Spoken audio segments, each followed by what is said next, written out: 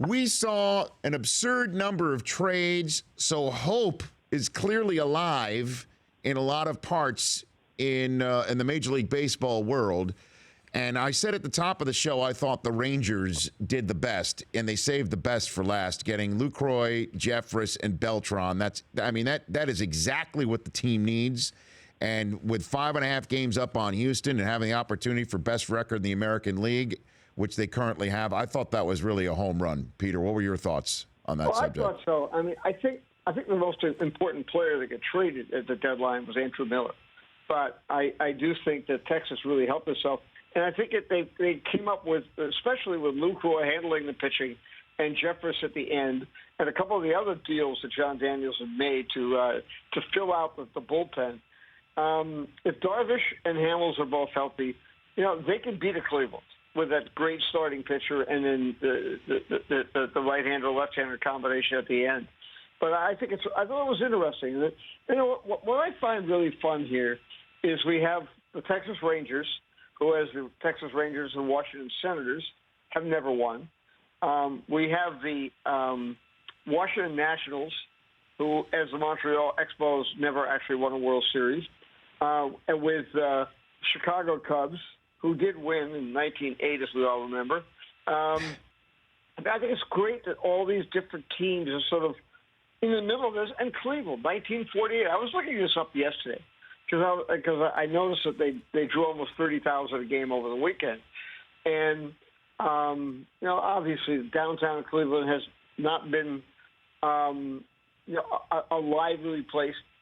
In 1948, the last year that the Indians won the World Series, there were 914,000 people within the city limits.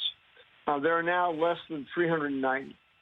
And it's amazing. I just wonder what that would do following LeBron for the Indians to win if they went all the way and won the World Series.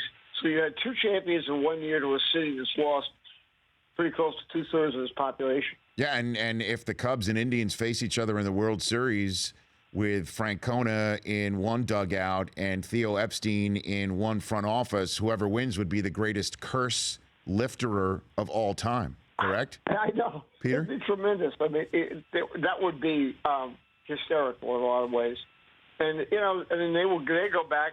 They were in first place on the last day of the season in 2011.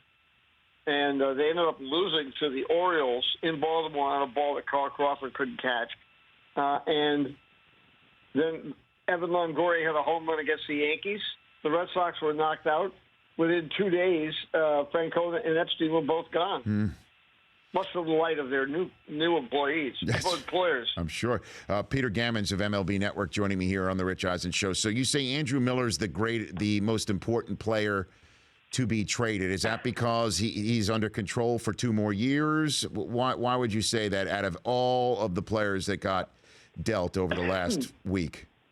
Well, I think that he and Zach Britton of the Orioles are the two best believers in the game. And to be able to have a right-hander who's a closer with 20 saves and Miller, who is the most dominant pitcher in the sport in terms of strikeouts, of striking out 40% of batters he faces, to have them, and both of them have no ego problems. So, I mean, Andrew's the type of guy. I remember a year ago when he was with the Yankees and talking to him in spring training, I said, well, they told you exactly, what the role is going to be. He said, that's not necessary. He said, I'm being paid a lot of money. When you get paid a lot of money, you do what they ask you to do. He said, you don't get paid a lot of money and then tell them what you want to do. He said, so I have no problem. I'll pitch in the 6th inning if they want me to. And that is for a guy like Francona and with the bullpen he's had, I think that means a lot, that he could take 2 closers and use them for matchups against right-handers, left-handers. He can use them as set-up men. If you have a terrible 8th inning with 3 really good left-handed hitters coming up, you can use Andrew Miller in the 8th inning and go to the 9th. So it's not.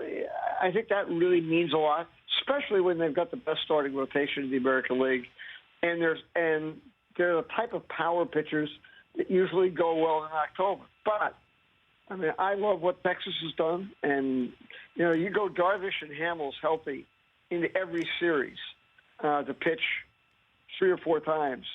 I mean, the Rangers are going to be really, really tough. And I also love the fact that when you've got the personalities of Carlos Beltran and a couple of those other veterans on the Rangers, you've got so much experience, so much emotion, so much fire.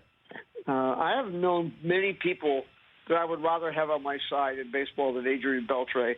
But I have Beltre and Beltran on the same team, and Beltran is not as fiery as Beltre, but they're both tremendous teammates and unbelievably intelligent. The Rich Eisen Show, weekdays at noon Eastern on Audience.